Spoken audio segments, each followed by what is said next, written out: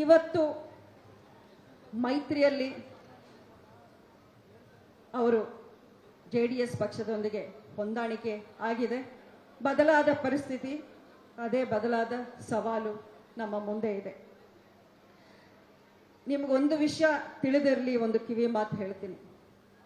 ನಾನು ಕೊನೆಯ ಗಳಿಗೆಯವರೆಗೂ ಮಂಡ್ಯ ಸೀಟನ್ನು BJPನೇ ಉಳಿಸ್ಕೊಳ್ಳಿ ಅನ್ನೋವಂಥ ಪ್ರಯತ್ನ, ಹೋರಾಟ ಮಾಡ್ತಾನೆ ಬಂದೆ. ಅದು ನಿಮ್ಮೆಲ್ರಿಗೂ ತಿಳಿದಿದೆ ಅಂತ ಭಾವಿಸಿದ್ದೀನಿ. ಪ್ರತಿಯೊಂದು ಚರ್ಚೆ ಬಂದಾಗ ಬೇರೆ ಬೇರೆ ಸಲಹೆಗಳು, ಬೇರೆ ಬೇರೆ ಅವಕಾಶಗಳು ನನ್ನ ಮುಂದೆ ಬಂದವು. ಬೆಂಗಳೂರು ಉತ್ತರ ನಿಂತ್ಕೋತೀರಾ ಅಂದರು, ಮೈಸೂರು ನಿಂತ್ಕೊಳ್ತೀರಾ, ಕೊನೆಗೆ ಚಿಕ್ಕಬಳ್ಳಾಪುರ ಅಲ್ಲಿ ಖಾಲಿ ಇದೆ, ಅಲ್ಲಾದರೂ ಓಕೆನಾ ಅನ್ನೋ ಅಂಥ ಮಾತುಗಳು ಬೇರೆ ಬೇರೆ ಲೀಡರ್ಗಳು ನನ್ನ ಮುಂದೆ ಇಟ್ಟರು.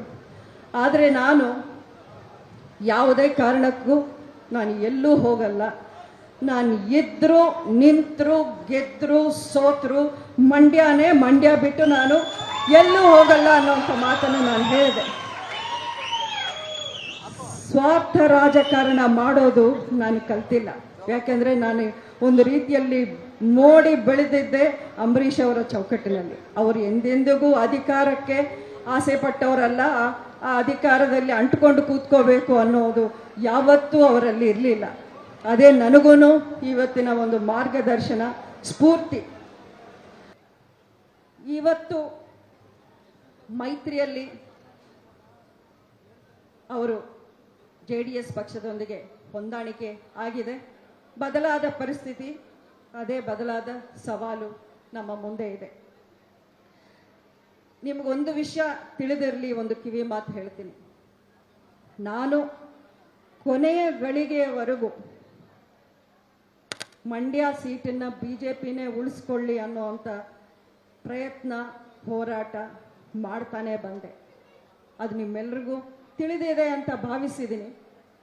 ಪ್ರತಿಯೊಂದು ಚರ್ಚೆ ಬಂದಾಗ ಬೇರೆ ಬೇರೆ ಸಲಹೆಗಳು, ಬೇರೆ ಬೇರೆ ಅವಕಾಶಗಳು ನನ್ನ ಮುಂದೆ ಬಂದವು. ಬೆಂಗಳೂರು ಉತ್ತರ ನಿಂತ್ಕೋತೀರಾ ಅಂದರು, ಮೈಸೂರು ನಿಂತ್ಕೊಳ್ತೀರಾ, ಕೊನೆಗೆ ಚಿಕ್ಕಬಳ್ಳಾಪುರ ಅಲ್ಲಿ ಖಾಲಿ ಇದೆ, ಅಲ್ಲಾದರೂ ಓಕೆನಾ ಅನ್ನೋ ಅಂಥ ಮಾತುಗಳು ಬೇರೆ ಬೇರೆ ಲೀಡರ್ಗಳು ನನ್ನ ಮುಂದೆ ಇಟ್ಟರು. ಆದರೆ ನಾನು ಯಾವುದೇ ಕಾರಣಕ್ಕೂ ನಾನು ಎಲ್ಲೂ ಹೋಗಲ್ಲ. ನಾನು ಇದ್ದರೂ ನಿಂತರೂ ಗೆದ್ದರೂ ಸೋತರೂ ಮಂಡ್ಯನೇ, ಮಂಡ್ಯ ಬಿಟ್ಟು ನಾನು ಎಲ್ಲೂ ಹೋಗಲ್ಲ ಅನ್ನೋಂಥ ಮಾತನ್ನು ನಾನು ಹೇಳಿದೆ. ಸ್ವಾರ್ಥ ರಾಜಕಾರಣ ಮಾಡೋದು ನಾನು ಕಲ್ತಿಲ್ಲ. ಯಾಕೆಂದರೆ ನಾನು ಒಂದು ರೀತಿಯಲ್ಲಿ ನೋಡಿ ಬೆಳೆದಿದ್ದೆ ಅಂಬರೀಷ್ ಅವರ ಚೌಕಟ್ಟಿನಲ್ಲಿ. ಅವರು ಎಂದೆಂದಿಗೂ ಅಧಿಕಾರಕ್ಕೆ ಆಸೆ ಪಟ್ಟವರಲ್ಲ. ಆ ಅಧಿಕಾರದಲ್ಲಿ ಅಂಟುಕೊಂಡು ಕೂತ್ಕೋಬೇಕು ಅನ್ನೋದು ಯಾವತ್ತೂ ಅವರಲ್ಲಿ ಇರಲಿಲ್ಲ. ಅದೇ ನನಗೂ ಇವತ್ತಿನ ಒಂದು ಮಾರ್ಗದರ್ಶನ, ಸ್ಫೂರ್ತಿ. ಅನುಕ್ಷಣದ ಸುದ್ದಿಗಳಿಗಾಗಿ ವಿಸ್ತಾರ ನ್ಯೂಸ್ ಯೂಟ್ಯೂಬ್ ಚಾನೆಲ್ ಸಬ್ಸ್ಕ್ರೈಬ್ ಮಾಡಿ. ಹೊಸ ಸುದ್ದಿಗಳ ನೋಟಿಫಿಕೇಶನ್ಗಾಗಿ ಬೆಲ್ ಐಕಾನ್ ಕ್ಲಿಕ್ ಮಾಡಿ. ಲೇಟೆಸ್ಟ್ ಅಪ್ಡೇಟ್ಸ್ಗಾಗಿ www.vistaranews.com ವೆಬ್ಸೈಟ್ಗೆ ವಿಸಿಟ್ ಮಾಡಿ. ಅಂಗೈಯಲ್ಲೇ ಜಗತ್ತಿನ ಸುದ್ದಿ ತಿಳಿಯಲು ವಿಸ್ತಾರ ನ್ಯೂಸ್ ಕನ್ನಡ ಆಪ್ ಡೌನ್ಲೋಡ್ ಮಾಡಿ.